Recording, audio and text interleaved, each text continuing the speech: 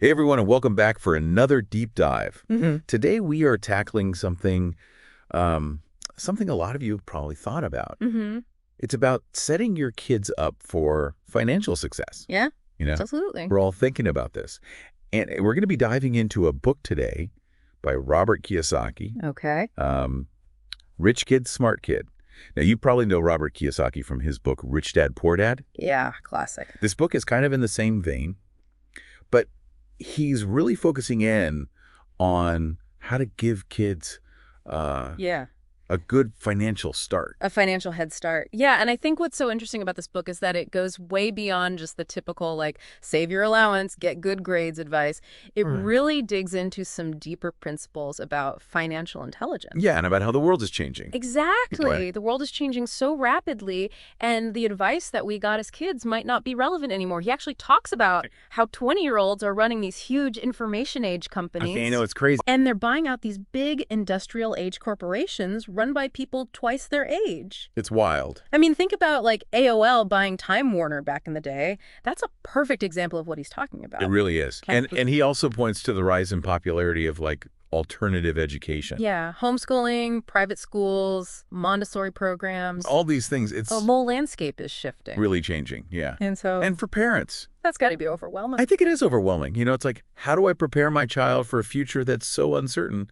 But what I love about Kiyosaki's approach is that he provides this Yeah. really interesting perspective. He says, look, the key is to focus on developing your child's financial intelligence. Hmm. He even goes so far as to define intelligence as the ability to make finer distinctions. So it's not just about, being book smart or getting good grades. Yeah. It's about being able to really understand the nuances of the world. Yeah, it's about thinking differently. Exactly. About money and how it works. Mm, And he argues that traditional education often focuses on just one type of intelligence, right? right. The kind that you measure with an IQ test. But, in reality, there are multiple intelligences. Yeah, and he lists 7. 7 of them, right? 7. He talks about linguistic intelligence, logical, mathematical, Facial, spatial, kinesthetic, musical, interpersonal. interpersonal. He says each of these intelligences has its own strengths Right. and potential career paths.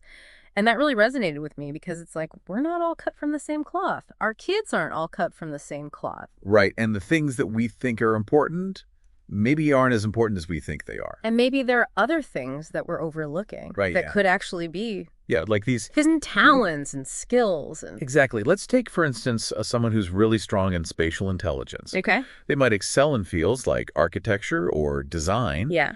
but that same spatial intelligence could also make them a fantastic investor in real estate Oh, interesting. because they can visualize potential. Oh, I see what you're saying. They can see the big picture. They understand how properties relate to their surroundings. So it's about helping your child understand their unique strengths and then finding ways to apply those strengths in the world of money. Okay, so how can we help our kids figure out what their genius is? I mean, That's the million-dollar question, right? Yeah.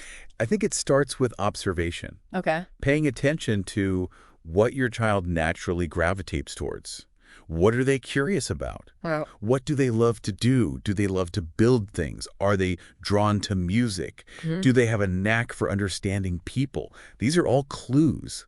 And then it's about creating opportunities for them to explore those interests further, yeah. whether it's through extracurricular activities, books, conversations around the dinner table, Right. exposing them to different things. So instead of kind of pushing them down this one path that we think is going to lead to success, Right. we're helping them kind of uncover their own unique path. Exactly. You're helping them discover their financial superpowers. I love that. They're financial superpowers.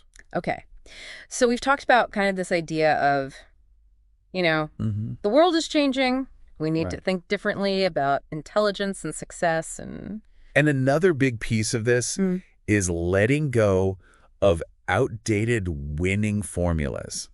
He has this hilarious example in the book about Al Bundy from Married with Children. Oh my gosh, yes. The guy peaked in high school as a football star. I know, and he just can't let it go. He's still clinging to that glory days mentality, even though it's not serving him well Right. in his adult life. It's so funny, but it's so true. But it makes you think, right? It's- We all have these ideas about what success looks like. Right. And often they're based on our own experiences, what we were taught growing up. Totally. Yeah. But the world is changing so fast. Yeah. And what worked for us Might not work. might not work for our kids. For our kids. Yeah. And so we need to be open to new possibilities and encourage our kids to do the same. Okay, so it's about being adaptable. It's about adaptability. being willing to change. And I think that applies to our own finances too, right? Right. Like we might have a budgeting system Absolutely. that worked great for years, Yeah. but it's not working anymore. It's not keeping up with your current needs or expenses. Right. So we have to be willing to adjust Yeah. and find new solutions. And And I think a lot of people are resistant to that. I think so too. You know, it's like, this is what I know, this is how we do it, and I don't want to, I don't want to change. yeah, change is hard. It is hard, but it's necessary. It is. Yeah. So, okay, so we've got to let go of these old ideas of what success looks like Mhm. and what worked in the past, and be willing to adapt and be flexible. Be flexible, be open to new ideas. Okay. And this actually ties into another really practical piece of advice that Kiyosaki gives. Okay. He says one of the simplest but most powerful things we can do is change our language, Okay. especially when it comes to money. Oh, I'm intrigued. Tell me more. He suggests replacing the phrase, I can't afford it, Oh, yeah. with how can I afford it? That's good. Because he argues that this subtle shift Yeah. can have a profound impact on a child's mindset. So instead of focusing on the limitations, Yeah. you're focusing on the possibilities. And the possibilities on solutions. Yeah. So like if your kid comes to you and says, hey, I want this new video game or whatever it is. Right. Instead of saying, well, we can't afford that right now, you say, well, how can we afford that? Exactly. How can we make this happen? I love that. Yeah, you're not shutting them down. Right. You're not saying no. You're opening up a conversation. You're inviting them to be part of the solution. I like it. And that's huge. It is huge. Oh. Okay, so we've got to change our language. Mm-hmm. We've got to think differently about intelligence. Yep. We've got to be adaptable. Be willing to let go of those old winning formulas. Okay, what else? What else does he talk about? Well, he's a big proponent of using games to teach financial literacy. Yeah, it's a brilliant approach, right? I think so. He actually created this board game called Cash Flow, Okay. which is designed to help both kids and adults learn about investing, cash flow, building wealth, Cool. and it does it in a really fun and engaging way. That's great because I think a lot of people are intimidated by finances and investing. Absolutely. It can feel really overwhelming. And boring. Yeah. And so he makes it fun. Yeah. It becomes a game, a challenge to be conquered. Yeah, and he talks about how kids learn best through play. Exactly. So this just makes sense. It does. To make it fun and engaging. And then he takes it a step further with his 3 piggy bank system. Oh, yeah, the 3 piggy banks. Such a simple but effective way to introduce kids to basic financial concepts. Okay, so tell me about this. So he recommends having separate piggy banks for charity, Okay. savings, and investing. I like this. The charity bank teaches them about giving back to the community. Right. The savings bank helps them develop the habit of setting money aside for future goals. And the investing bank allows them to experience the magic of compounding Oh, that's so cool. and watch their money grow over time. So they can kind of get that experience. They get that early experience. Yeah, of without real money. without risking too much. Exactly. I love this. Yeah. Okay, so This is a really well-rounded approach. it is. Yeah. It is. It's not just about saving money, it's about It's about understanding the different ways that money can work for you. and it's about giving back. And you it's know. about developing those good habits early on. Yeah, I like it. Oh. Okay, so we've talked about a lot of stuff here. We've talked about the changing world, Mm-hmm. the importance of financial intelligence, Multiple intelligent letting living. go of these outdated winning formulas, Right. the power of language, Yeah. using games and piggy banks to make learning about money fun. It's all about making it fun and engaging. Yeah, and really kind of setting our kids up for success in a world that's very different Absolutely a world that's constantly changing. than the one we grew up in. Yeah. We've covered a lot of ground here. We have. Hopefully you're starting to see how these ideas can be applied in your own family's financial journey. Yeah, and we're just getting started. We're going It's to, just scratching the surface. Yeah. There's so much more to dive into. in part 2, we'll delve even deeper into Kiyosaki's insights and explore some really practical strategies for helping your child discover and nurture their financial genius. So stay tuned. We'll be right back after a short break. Welcome back. So before the break, we were talking about shifting our language around money. You know, instead of saying, I can't afford it, Right. we can empower our kids to ask, how can I afford it? Yeah, and I was thinking about that, and I catch myself saying, I can't afford it all the time. Right. And I'm an adult. Right, exactly. So, it's like we just automatically shut down possibilities before we even consider them. It's ingrained in us. Yeah. And so if we can help our kids think differently about that, Think about it as a challenge, yeah, an opportunity. yeah, like how can I make this happen? Exactly. And Kiyosaki gives a great example in the book about his friend's son, Okay. who wanted to buy a new set of golf clubs. Okay. And instead of just handing him the money, the dad said, okay, that's great. Figure out how to earn the money. Oh, I like that. Yeah. Make him work for it. Yeah, exactly. Yeah. So what did the kid do? So the kid, he was observant. He noticed that there weren't any candy vending machines Oh, that's smart. at the local golf course. Okay. So he goes to the golf pro and he makes this deal to install a couple of vending machines. Wow, what a hustler. I know. Oh. He used his savings to buy the machines, restock them himself, and within a few months, Yeah, he had enough money for his golf clubs. that is fantastic. Plus, he had this business going. Talk about a win-win. Yeah, passive income. Yeah, exactly. Oh, that's so awesome. I love that story. It's so good. Yeah. And it's teaching him so much more than, It's so much more. just handing him the cash. It's teaching him about problem solving. It's teaching him about entrepreneurship. Yeah, teaching him financial responsibility. And I think it's also teaching him about financial discipline, which is something Kiyosaki really emphasizes in the book. He talks about these monthly financial meetings he had with his rich dad, oh, wow. where he had to report on his income, his expenses, his assets, his liabilities. Oh, wow. So he was learning from a young age to track his money and to really be responsible. Exactly. Yeah. He had that accountability built in from a young age. Yeah, I think that's something that we often kind of shield our kids from. I think so too. It's like we don't want to brazen them with the realities of money management, We want to protect them. but maybe we should be giving them more opportunities to practice those skills, In a safe environment. Yeah, in a safe and supportive environment. Absolutely. Yeah. And it ties into another important point that he makes, which is being able to distinguish between good and bad financial decisions. Okay. Good debt and bad debt. Exactly. Yeah, I've heard that before. But He talks about good debt being things like using a loan to invest in something that will create income, okay. Yeah. like rental property or starting a business. Bad debt, racking up credit card bills. Right. For stuff you don't need. For stuff you don't need. You Yeah. can't really afford. Same with savings. Building an emergency fund, that's good saving. But just hoarding money in a low-interest account when it could be working harder for you through investments, Right. that's not so good. Okay, so it's about being strategic. Strategic, yeah. Yeah. It's about making your money work for you. Yeah. Smarter, not harder. Exactly. Yeah. And that kind of reminds me of another thing that he talked about, which was education and experience as assets. Yes. And I really like that part of the book. He's a huge believer in education, not just in the traditional sense, but Yeah. just constantly expanding your horizons. Yeah, learning new things, It- developing your skills. Exactly. Yeah, and then experience, especially when it comes to managing money, like getting your hands dirty.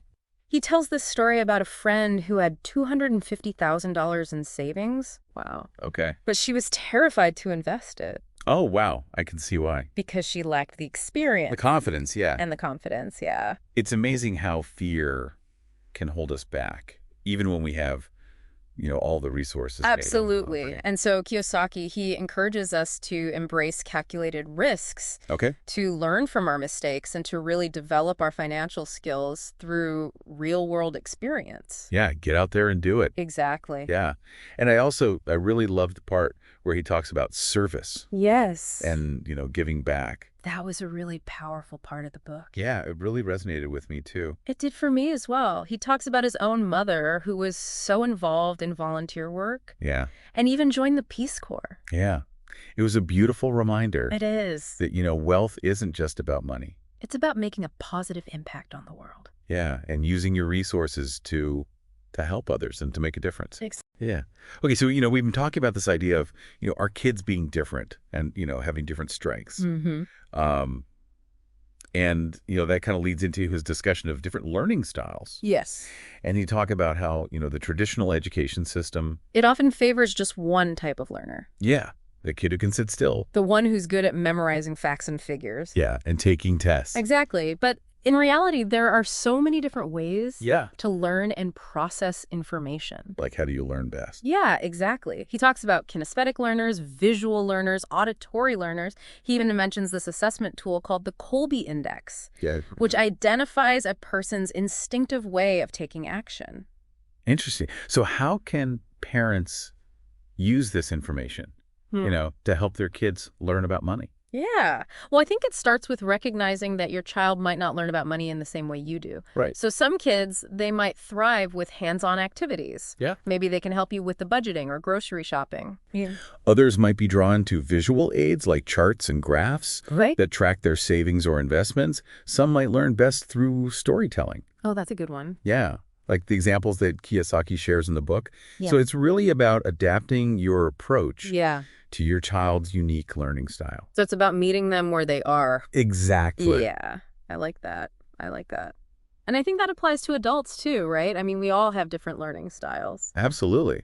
Think about how you approach learning new things. Yeah. Do you prefer to read, listen to podcasts, watch videos? Do you like to dive right in and have a hands-on experience? Yeah, I'm definitely a hands-on learner. We too. And when it comes to finances, understanding your own learning style can be so helpful Yeah, how so? because it can help you find resources and strategies that really resonate with you. Okay. Whether it's finding a financial advisor who communicates in a way you understand, Okay. choosing investments that align with your risk tolerance. Or just finding ways to make budgeting and money management more enjoyable. Right, make it fun. Take the stress out of it. Exactly. So it's really about taking control of your finances in a way that feels empowering and authentic to you. Yeah, I love that. I love that. Oh. Okay, so we've been talking about learning styles, how adults can benefit from this, how kids can benefit from this. Mm-hmm.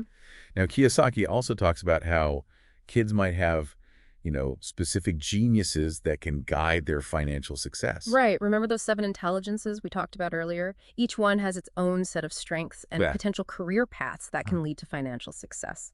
So, for example, a child with a strong linguistic intelligence might excel in writing or communication, Okay.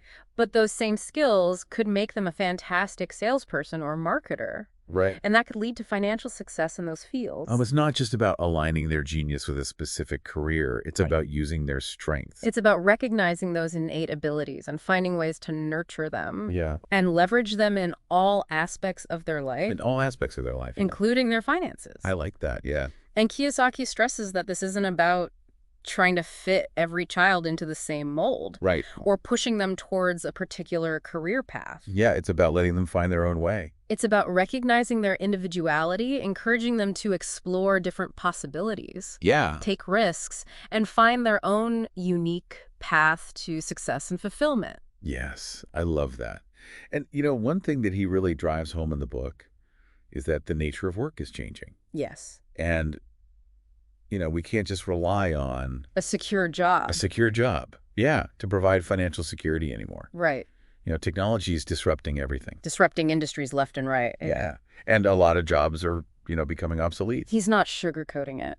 He's not. And this can be kind of scary, For a lot of people, yeah. for a lot of people. Yeah. But I think there's also a sense of optimism in his message. Yeah, I think so too. It's like, hey, the world's changing, so we need to adapt. We need to evolve.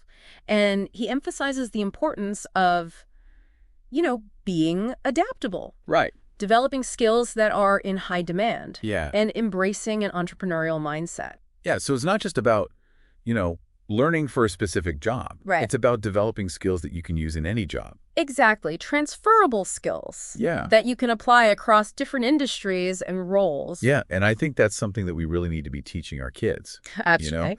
because the jobs that they're going to be doing Might not even exist yet. might not even exist yet. Exactly. Mhm. It's a shift from this job-centric mindset To a skill-centric mindset. like that, a skills-centric mindset. Okay. So instead of saying, I want to be a doctor, Yeah. it's like, I'm passionate about helping people. I'm good at problem solving. I'm good at communication. How can I use those skills to create value in a world that's constantly evolving? Yeah. I love that. Okay, so we've got to be adaptable. We've got to be, have this skills-centric mindset. Mm-hmm. And we've got to be willing to let go of these old winning formulas that might not be working anymore. Right. Because what worked yesterday Yeah. might not work tomorrow. Yeah. He tells a story about a classmate Oh, yeah. who was really successful in real estate Until until the market crash. he lost everything. Yeah.